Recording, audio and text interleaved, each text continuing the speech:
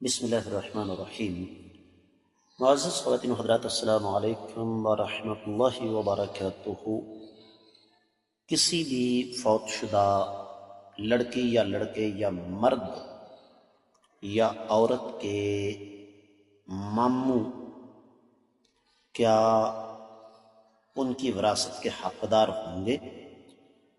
یہ ہے آج کی حدیث مبارکہ کا موضوع۔ مشکاۃ المصابیح کتاب البیوع، باب ہے الفرائض یعنی وراثت کا، 3069ویں حدیث کتاب میں، جبکہ 12ویں ہے باب میں۔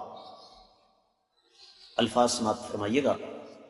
وعن المقدام رضی اللہ عنہ قال قال رسول اللہ صلی اللہ علیہ وسلم انا اولی بكل مؤمن في نفسه فمن ترك دینا او ضیعة فإلینا ومن ترك مالا فلورثته وانا مولى من لا مولى له ارث ماله وافك عنه والخال وارث من لا وارث له يرث ماله ويفك عنه وفي رواية وانا وارث من لا وارث له اعقل عنه وارثه والخال وارث من لا وارث له يعقل عنه ويرثه، رواہ ابو داود۔ معزز خواتین و حضرات، اس حدیث کو امام ابو داود رحمہ اللہ نے کتاب الفرائض اور ذوی الارحام کی میراث کے باب میں نقل کیا ہے۔ 2899 اور 2900ویں حدیث ہے۔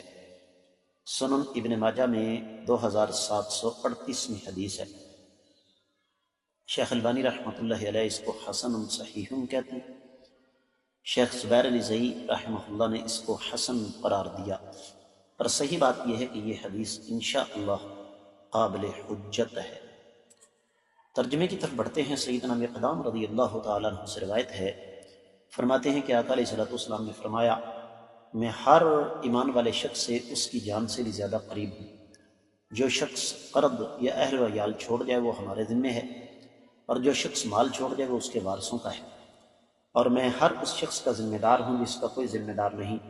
میں اس کے مال کا وارث ہوں اور میں اس کے قیدی کو رہائی دلاؤں گا، اور ماموں اس شخص کا وارث ہے جس کا کوئی وارث نہیں ہے، اور وہ اس کے مال کا وارث ہوگا اور اس کے قیدی کو رہائی دلائے گا۔ اور ایک روایت میں ہے آقا علیہ السلام نے فرمایا، میں اس شخص کا وارث ہوں جس کا کوئی وارث نہیں، میں اس کی طرف سے دیت دوں گا، اور میں اس کا وارث ہوں، اور ماموں اس شخص کا وارث ہے جس کا کوئی وارث نہیں، وہ اس کی جانب سے دیت دے گا اور اس کا وارث ہوگا۔ معزز خواتین و حضرات، حدیث اپنی طرف سے بالکل واضح ہے، لیکن کچھ مسائل۔ سب سے پہلے جو سب سے اہم مسئلہ ہے کہ ندار اور محتاج مسلمانوں اور یتیم بچوں کی کفالت اسلامی حکومت کی ذمہ داری ہے۔ دوسرا مسئلہ یہ پتہ چلتا ہے کہ قتل خطا میں دیت دینا قاتل کے جو رشتہ دار ہیں ان کی ذمہ داری ہے، لیکن اگر کسی کا کوئی رشتہ دار نہیں تو پھر یہ ذمہ داری ریاست کی ہے۔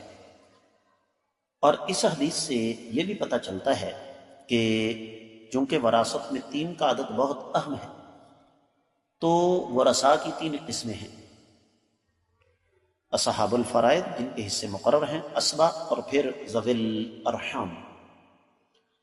معزز خواتین و حضرات، اگر اصحاب الفرائض اور اسبا میں سے کوئی بھی زندہ نہ ہو تو پھر میت کا ماموں جو ہے وہ وارث ہو۔ اور اہل علم یہ فرماتے ہیں کہ چونکہ خالہ اور ماموں یہ دونوں رشتے میں برابر ہوتے ہیں، لہذا اگر ماموں کے ساتھ خالہ بھی ہو تو وہ بھی وارث ہوگی۔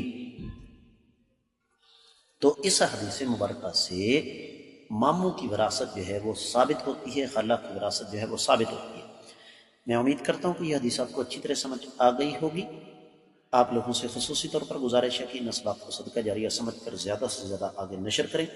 اگر ابھی تک آپ نے میرے چینل کو سبسکرائب نہیں کیا تو ضرور کیجیے، ساتھ لگے گھنٹی کے بٹن کو دبائیے تاکہ تازہ ترین اسباب آپ کو بر وقت ملتے رہیں۔